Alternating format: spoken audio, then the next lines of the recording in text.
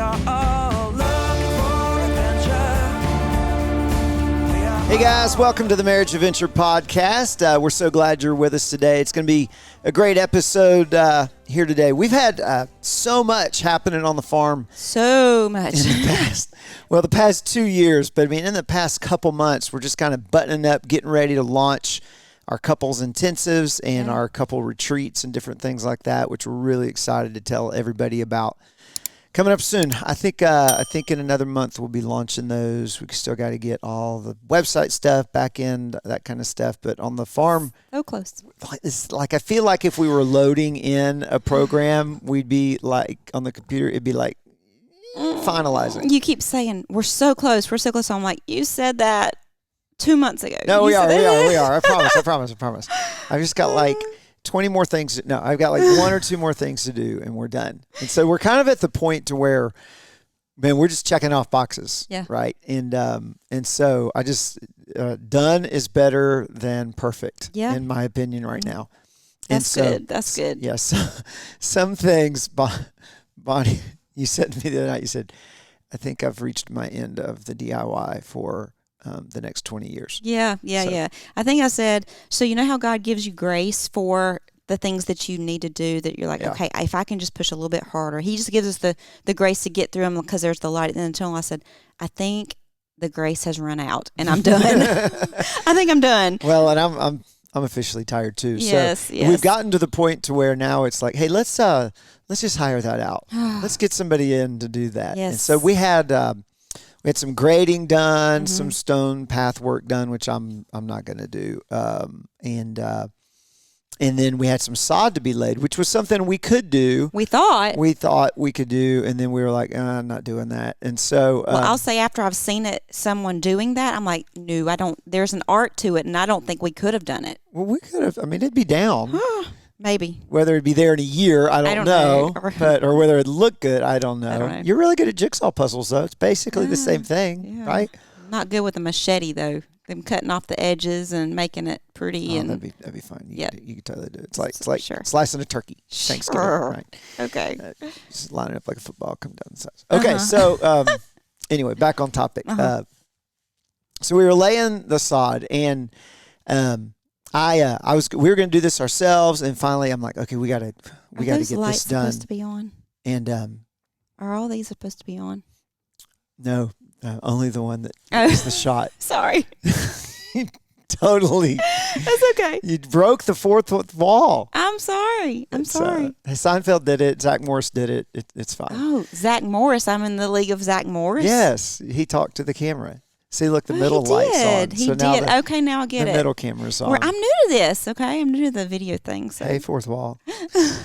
Sorry, go ahead. We're laying sod. And I just got on Facebook because I needed it done. It done. And the crews that we had used before couldn't do it for like another month. So I get on Facebook and I find, hey, I lay sod, yada, yada, yada. I'm like, he's got to be better than me. So we hire him, and I thought a crew was coming out, and it wasn't. It was one guy, and he comes out. I'm like, okay, well, And so he starts laying, and it's taken a lot longer. Well, because it's one guy. And then his wife came out, and she helped him. And she'll come like halfway through the day and help him. And they work great together. They work great together. And I don't think they're married. I think they're just long-term dating and all that. And so I was really impressed with how well they work together. Yeah, they are so sweet. They've got the best attitudes, both of them. They're just as happy as they can be, and they're probably in their early 20s, and just seem to be like loving life. Laying sod and just like, this is the greatest thing in the world. It was awesome. He was more like an artist than he was, a landscaper. He just made sure that, and so very meticulous. Yes. So, but you were very impressed with it. I was very impressed with him because, so he gets finished with the job, and we pay him for his job, and she had already left for the day, but he's still here. And I'm like, why is he still here? And next thing I know, he gets a blower, blows off all the little areas to make sure it's all clean and tidy, and then he waters. And we had this project he going stood on. around with the water hose and just watered the whole area. Yeah, he didn't have to do that. That could have been something we did. But then we had this major project going on. We had like a whole truckload of pea gravel. And if you've ever seen the little tiny pea gravel, and we had to spread it in between some on the path, but we had it was like a truckload, and we would move it by. It was 4 tons. 4 tons. 4 tons. Mm-hmm. Okay, we moved 4 tons by shovels. That changes the whole thing. I'm Superwoman, but 4 tons of pea gravel with. The kids and I and you, the 4 of us got out with shovels, and we would put it in a wheelbarrow and move it over to the path, and then we started shoveling it into the back of our little SUV thing, side by side thing, and it's got a little dump trailer on it.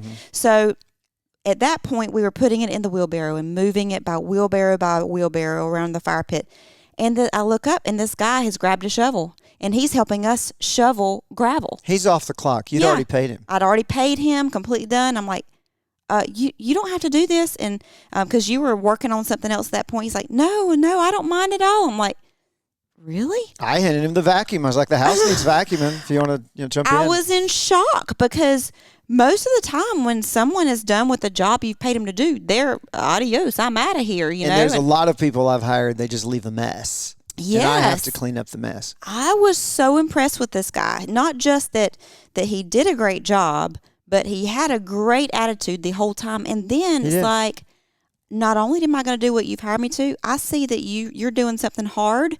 I'm going to jump in and help you. Mm-hmm. I was flabbergasted. I'm still like taken aback by the fact that he did this, that he went so above and beyond what he came here and was hired to do. It was very impressive. It was, and it was a great lesson it was a great reminder to us, but it was a great lesson for our kids because that's something I like. You grow up with chore charts. Yeah, each kid has chores, but there's something about chore charts that I do hate because it makes them think, well, that's not my thing to do. Yep. This is what I've been assigned, and it creates in this mindset of that's all I'm going to do. Yeah. Is just what my chore is and what I'm assigned to do. And the mentality we want, the mentality we try to have in marriage is, hey, man, we all live here. Let's jump in. Yeah. And if I see there's something that I can physically do that you don't, if you're in the middle of something else and I see there's something that's typically something you would do and I have time to do it and can physically do it, I'm like, oh, yeah, it's not hurting me. We're kind of a blend of traditional, conventional marriage. Conventional is, everybody just does whatever. We have some things. You have things like you cook dinner. You don't want me cooking. And why would I cook when you're so good at it? So you cook dinner, and as we talked about in the last episode, you do the taxes, praise the Lord. And so there's things that you do, and then there's things that I do because I like doing them, or mainly because you don't like doing them, and so I really want to do them, kind of like you with the taxes.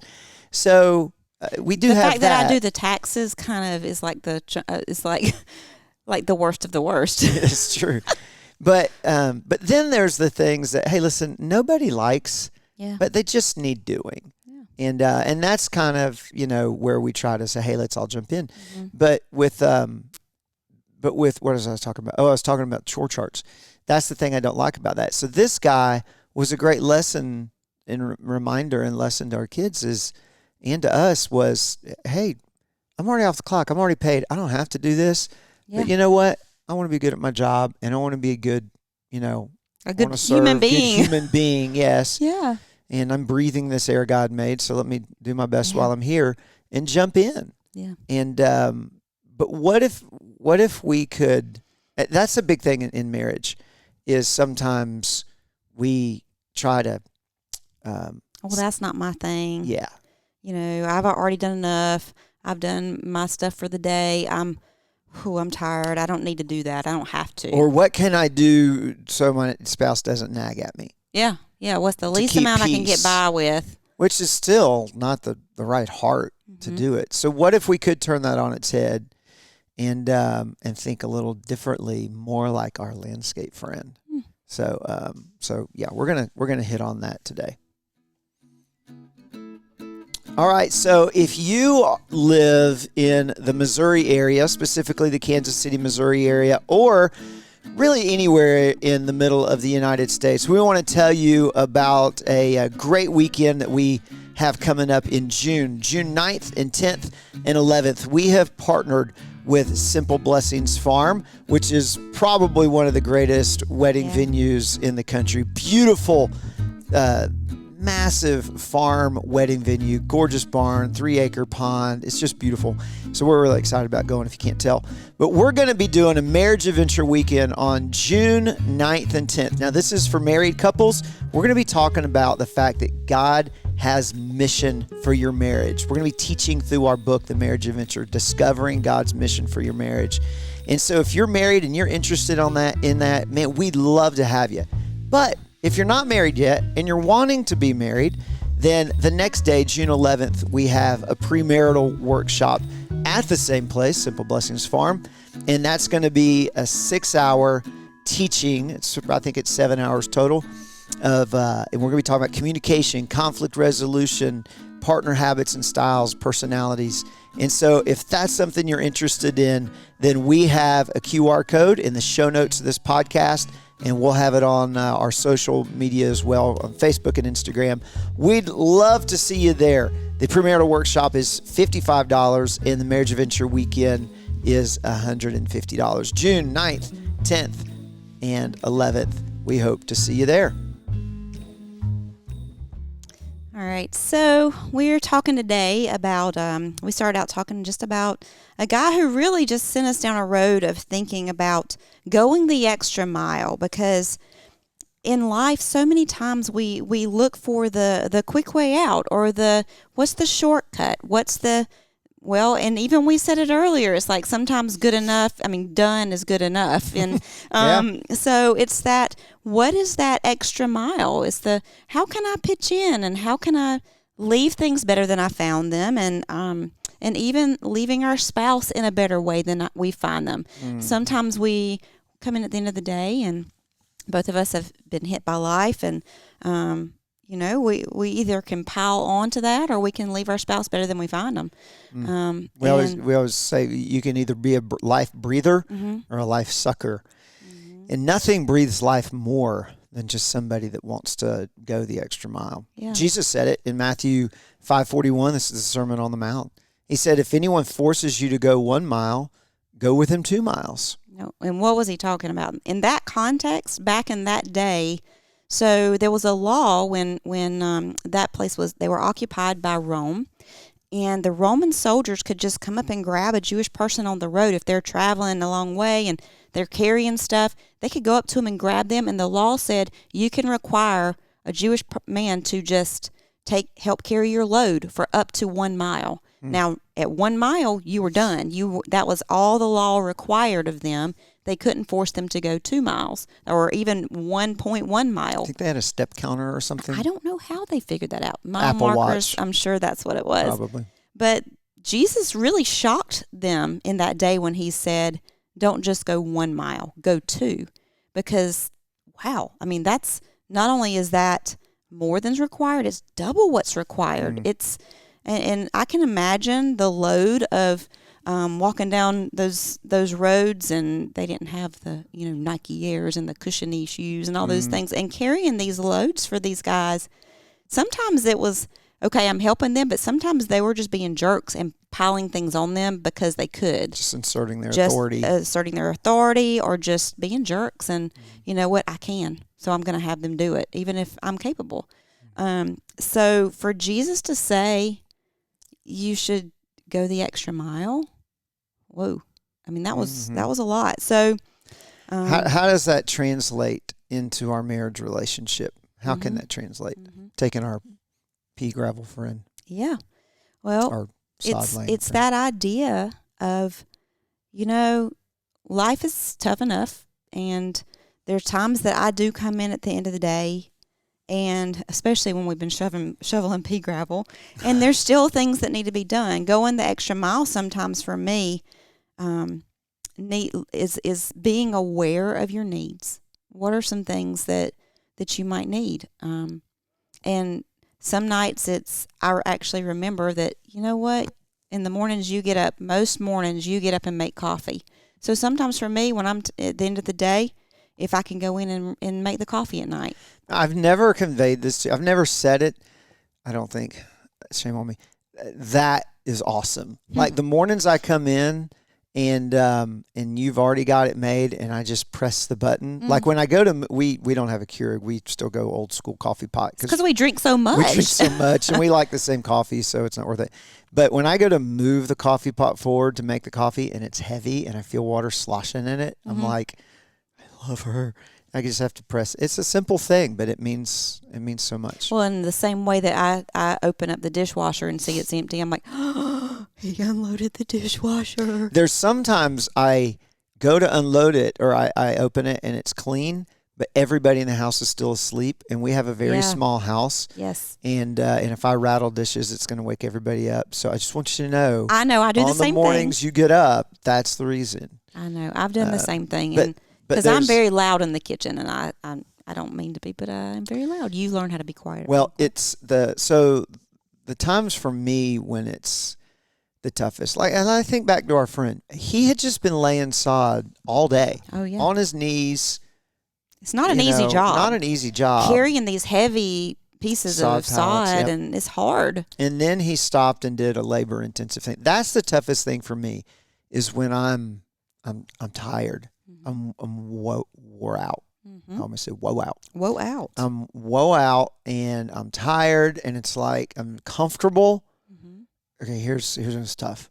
When I'm sitting in the chair and we're all comfy, and the dog rings the bell to go out. We have little bells hanging. He can't reach the doorbell. We have bells hanging down, and takes he his rings paw and bats it, and he's like, or he wants to come in. That is hard. I know that. And it's but the good thing there is we just say, Josie, Colby, let's get the dog. And they cheerfully get up and go, I'd love to, Mother.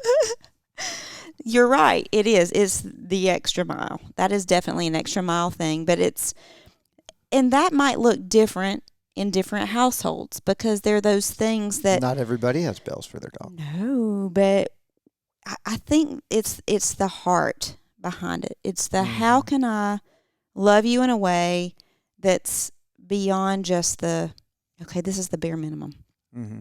What are the ways that I can go above and beyond that will in some way meet a need or just make your load a little lighter? And that's what the go the extra mile thing was. When Jesus said it, it was taking a load off of those Roman soldiers and carrying an extra load. Yeah. And so what can I do to lighten your load? And even if my load's been hard, sometimes it's that loving way of showing you, okay, I love you, I want to serve you, and we'll talk at some point about love languages and just acts of service. But even if if that's not one of your love languages is acts of service, gosh, who doesn't love to walk in and see something done that was like you weren't looking forward to? And but maybe for me, maybe, or if you're the person in your home that cooks, instead of just planning meals, what if you occasionally was like, okay, what is your favorite meal? What could I do? Going the extra mile means having your favorite dessert occasionally, or going the extra mile of, okay, if you come in and when you're done taking the trash out, you want to, okay, what if I can wash the dishes tonight too? That's the extra mile. It's the going beyond the minimum. Or if you eat out, which most families eat out most every night because of crazy schedules, putting a date on the calendar, cooking a meal, doing something special, something different. And or things like just simple things, even like on freezing cold mornings, going out and warming up your spouse's car for them, cranking it and getting it warm for them, knowing they've got to go out for the day. And there's just so many things you can do if depending on your lifestyle. But I think what Christ and Jesus in that Sermon on the Mount, I think so many things he said centered around not the actions but the heart behind the actions. You're right. And I think what he was really talking about here was don't just go 2 miles with him because I told you to go 2 miles with him. Go 2 miles with him because you want to serve somebody else. Yeah. Well, and what if even if you take it outside of your relationship and in your marriage, sometimes going that extra mile opens up an opportunity for you to explain to someone why.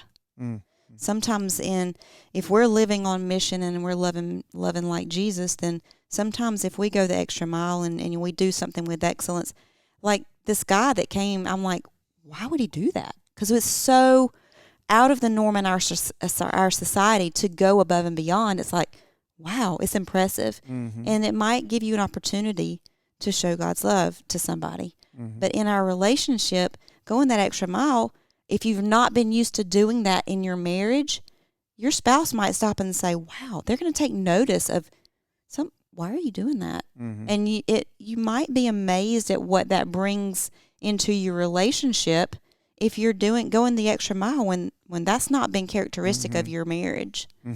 So one of obvious the benefits is being able to serve your spouse and breathe life in your spouse and make life easier for your spouse. The other side of it is that heart aspect of it, of why am I doing this? Am I doing this to make life easier for my spouse? Am I doing this because I love them and I want to serve them? Or am I doing this because, well, I need leverage because I want to do something, and if I do something nice, then maybe I'll get to do this. Or it's a manipulation tactic. Or it's hey, I can win some points because we live in America and there's this whole points system thing we have. Or we live in a world. Yeah, I'm in competition. You're right. And I can tell that in our kids. When one kid does something nice or out of the ordinary, and the other, they'll remind, when the other one does it, they'll like, Dad, I did this and this and this. I'm like, yes, I know. I love you. But thank you. So it's doing it with this heart that I don't need kudos. I don't need affirmation for this. I really just love you, and I want to make the coffee for you. And that speaks volumes, and I notice it. I'm very aware of it.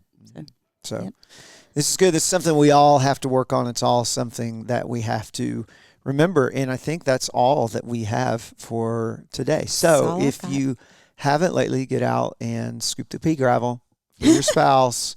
And that sounds really weird, but anyway. Well, thank you for joining us on the podcast. You can follow us on Facebook and Instagram at The Marriage Adventure. And if you haven't, like and subscribe this podcast. You should. It's the right thing to do. It would bless us. And share this with all your friends. So we look forward to being with you next time.